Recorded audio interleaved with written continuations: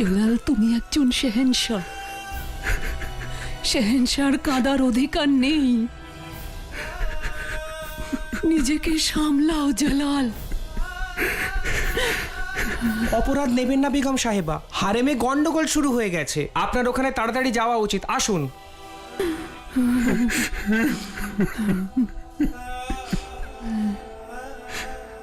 এখানে জালালের এই অবস্থা, আর উনি, এমন কি ঘটেছে যা জালালের থেকেও বেশি গুরুত্বপূর্ণ? কি করে হলো এইসব? তোমার খান বাবাকে মেরে ফেলা হয়েছে জালাল।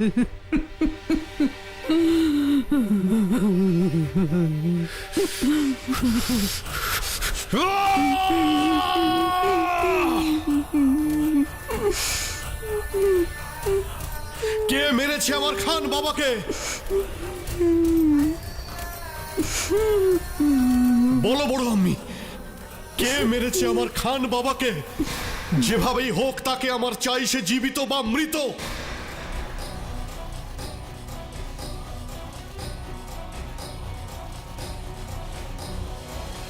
এটা শাহী হারেম, আগ্রার কোনো বাজার নয়। না, তেমন কিছু নয়। কোনো কথা শুনতে চাই না আমি।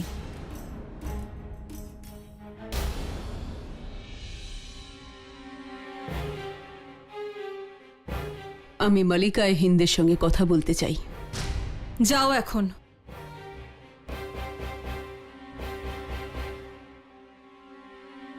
বলুন।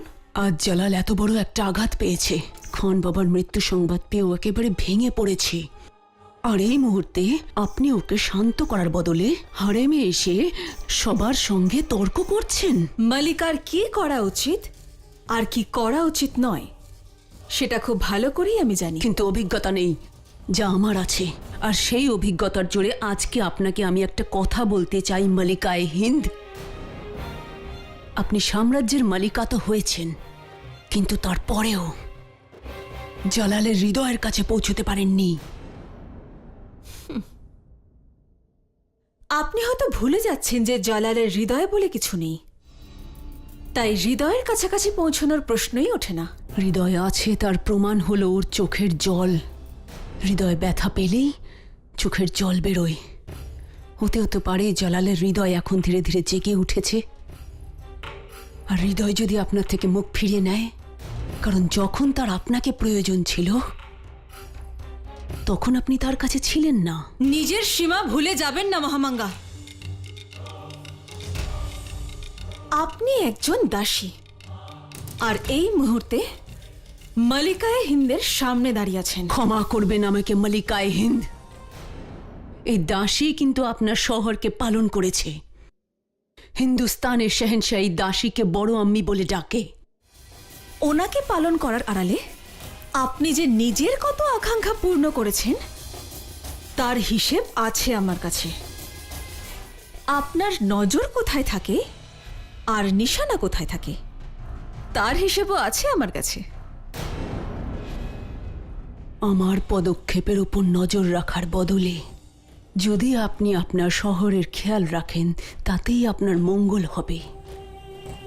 না হলে ওনার নজর যদি অন্য কারোর উপর পড়ে, অথবা অন্য কারোর নিশানা যদি ওনার হৃদয় স্পর্শ করে, তাহলে আপনার শহরের হৃদয় আর ওনার নজর সব ওলট পালট হয়ে যাবে।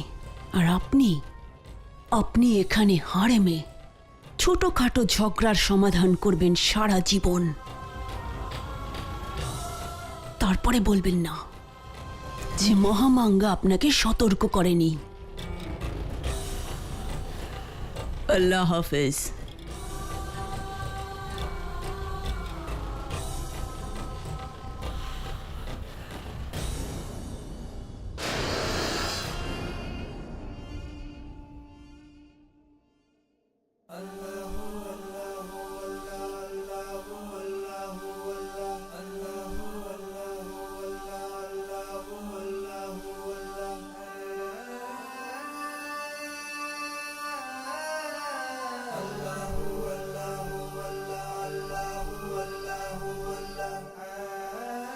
খান বাবার আত্মার শান্তি কামনা করি আল্লাহ। ওনার শেষ ইচ্ছে ছিল যে আমি যেন দক্ষ শাহিনশাহ হই। এমন কোন পথ দেখান যাতে ওনার শেষ ইচ্ছে পূর্ণ করতে পারি।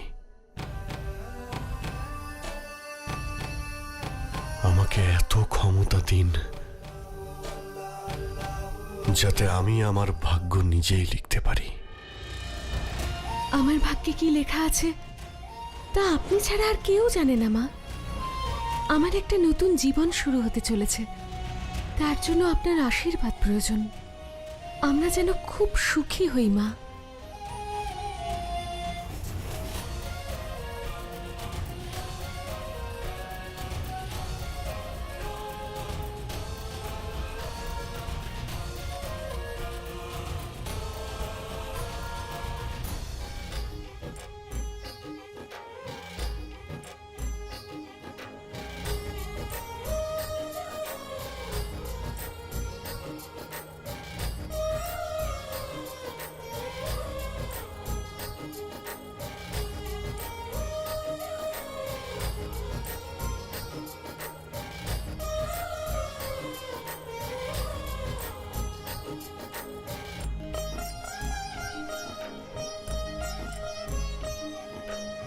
এবার তাহলে আমাদের যাওয়ার অনুমতি দিন। অনেক অভিনন্দন।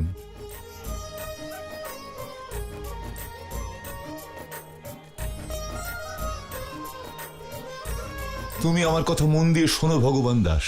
500 ঘোড়া, 50টা হাতি, 2 মণ মুক্ত, 10 মণ রূপো, 500 উট, 400 গরু আর সূর্যভান সিংহের সমান ওজনের সোনার ব্যবস্থা করো। আচ্ছা ঠিক আছে, কিন্তু অতিথি নিমন্ত্রণের কি হবে?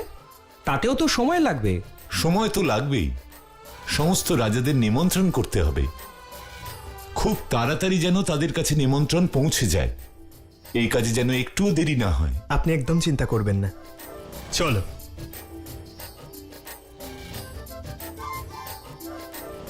আর এইটা আমার তরফ থেকে, আর এইটা আমার তরফ থেকে।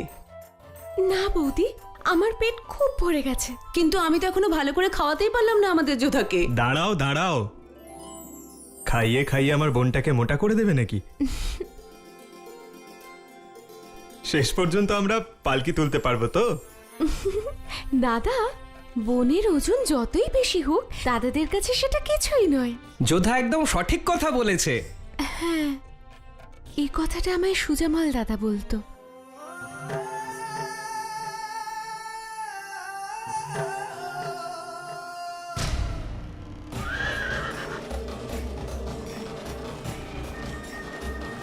দেখুন মা, সুন্দর না ময়নাবতী? খুব সুন্দর, অনেক শুভেচ্ছা। আপনাকেও। দেখো ভগবান দাস, শুনেছ যোধা, তোমার বিয়ের নিমন্ত্রণ করা শুরু হয়ে গেছে। গণেশ ঠাকুরকে দিয়েই নিমন্ত্রণ শুরু হয়েছে। যোধা দিদির বিয়ে অনেক ধুমধাম করে হবে, বলো মা? হ্যাঁ, একদিকে যোধার বিয়ের নিমন্ত্রণ পর্ব শুরু হয়ে গিয়েছিল, আর অন্যদিকে আমেরের দোরগোড়া এসে দাঁড়িয়েছিল বিপদের আমন্ত্রণ। যে যেখানে আছো পালাও পালাও।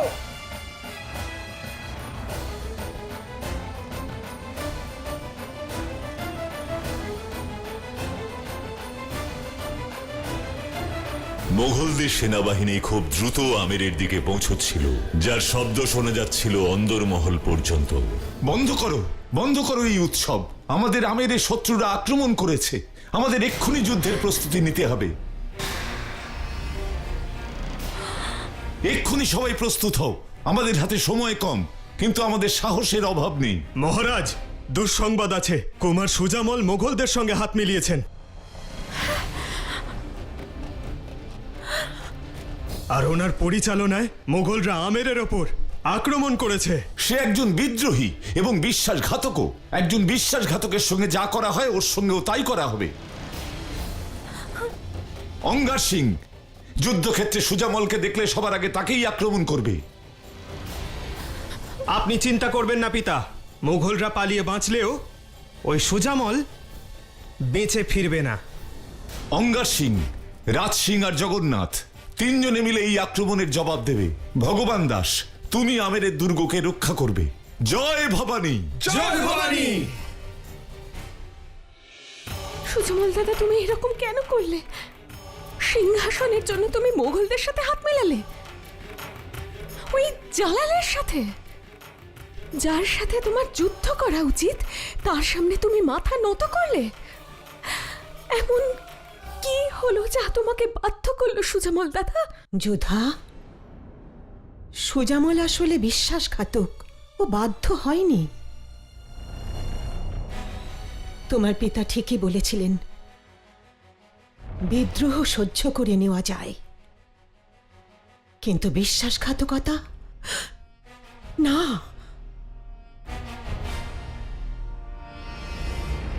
মা, সব প্রস্তুতি হয়ে গেছে।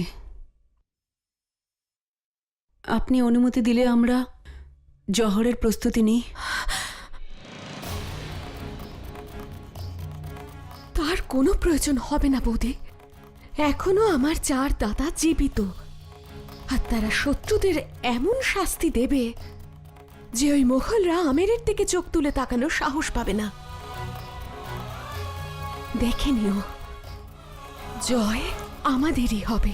এখনো আমার 4 দাদা জীবিত, আর তারা শত্রুদের এমন শাস্তি দেবে যে ওই মোগলরা আমেরের দিকে চোখ তুলে তাকানোর সাহস পাবে না।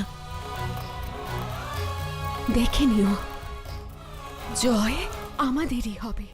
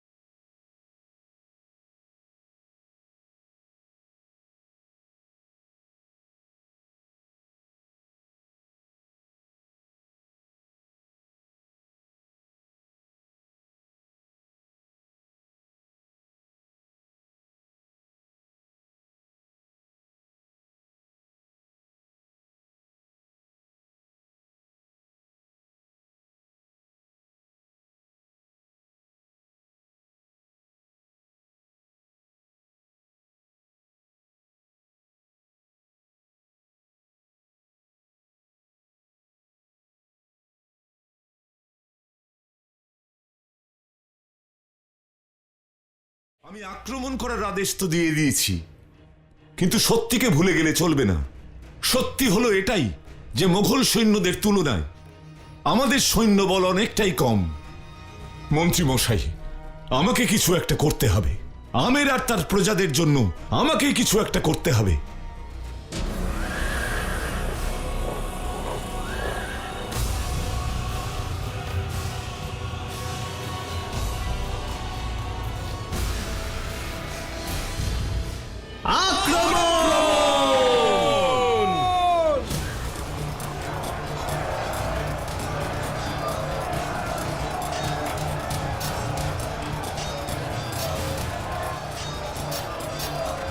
সুজামল!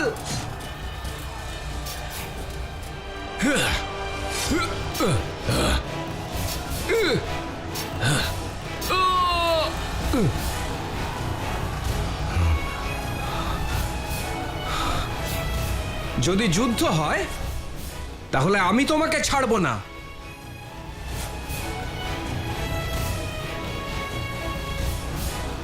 এখন সময় এসে গেছে নিজেকে উৎসর্গ করার।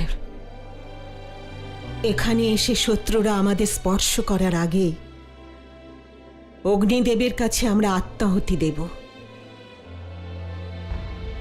মা ভবানীর আশীর্বাদ যদি থাকে তাহলে জয় আমাদের হবে, আর ওই অগ্নি দিয়েই আমরা বীরদের বরণ করে নেব।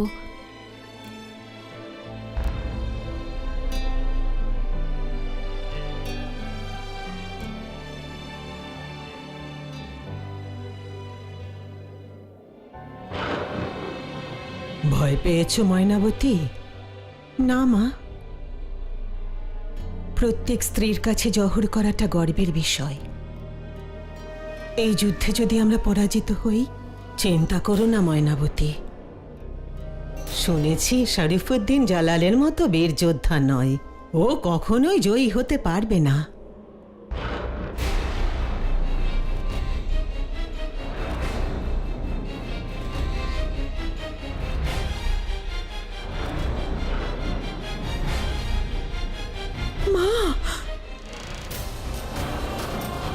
কথায় আছে, যখন কোনো ভবিষ্যৎবাণী সত্যি হয়, আকাশে এরকম করে বিদ্যুৎ চমকায়।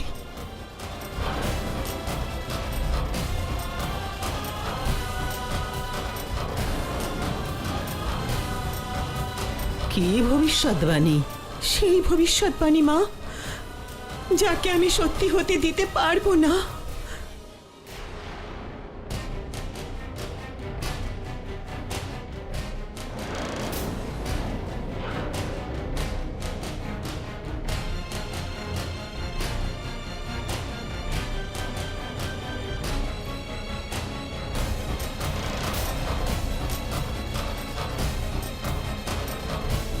আমি থাকি আর না থাকি যোধা, সম্মান যেন বজায় থাকে।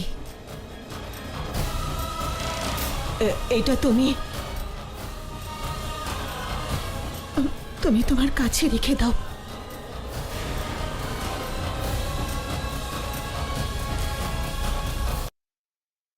এটা তুমি তোমার কাছে রেখে দাও।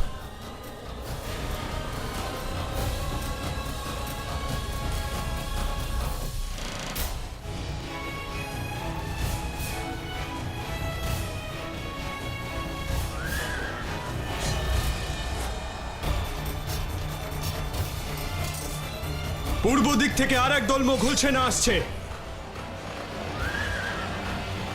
সময় এসে গেছে, মাতৃভূমির সম্মান রক্ষার জন্য প্রস্তুত হও।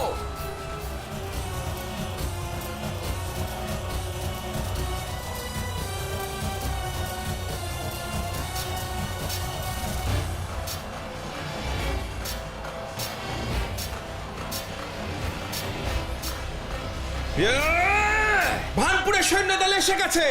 জয় ভবানী, জয় ভবানী। উনি তো সূর্যভান। জয় ভবানী।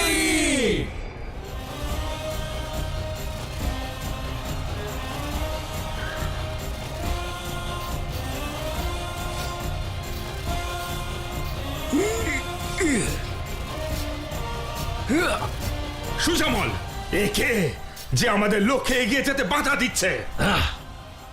ভানপুরের রাজা সূর্যভান। কিন্তু ও এখানে এসেছে কেন? আমিরের সৈন্যদের সাহায্যই বা করছে কেন? আমার বোন যোধার বিয়ে ঠিক হয়েছে ওনার সাথে।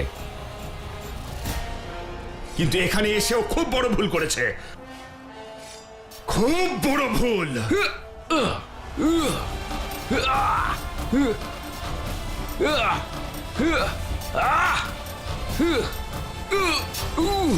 বীর যোদ্ধারা তাদের রক্ত দিয়ে আমেরকে রক্ষা করার চেষ্টা করছিল, আর মহলে সবাই প্রতীক্ষা করছিল যুদ্ধক্ষেত্র থেকে কোনো সুসংবাদ আসার। আর অন্যদিকে শরীফুদ্দিন এই ভয় পাচ্ছিল সূর্যভান আশায় আমেরের সেনাদের শক্তি বেড়ে না যায়। আপনাকে কিছু বলার আছে আমার। বলো। আমি জানি যুদ্ধে ক্ষয়ক্ষতি হয়, প্রাণ যায়, আর আমেরেও তাই হবে, আমি তা অস্বীকার করি না। কিন্তু কিন্তু কি? ভানপুরের রাজা সূর্যভান, ওনার সঙ্গে আমার বোন যোধার বিয়ে ঠিক হয়েছে, আর ওনার কিছু হয়ে গেলে আমি যোধাকে মুখ দেখাতে পারবো না। আপনি আমাকে কথা দিন যে আপনি সূর্যভানকে হত্যা করবেন না। ঠিক আছে, আমি তোমাকে কথা দিলাম, আমি সূর্যভানকে হত্যা করব না। কিন্তু যদি তুমি আমেরের সিংহাসন ফিরে পেতে চাও, তাহলে তোমায় সূর্যভানকে হত্যা করতেই হবে।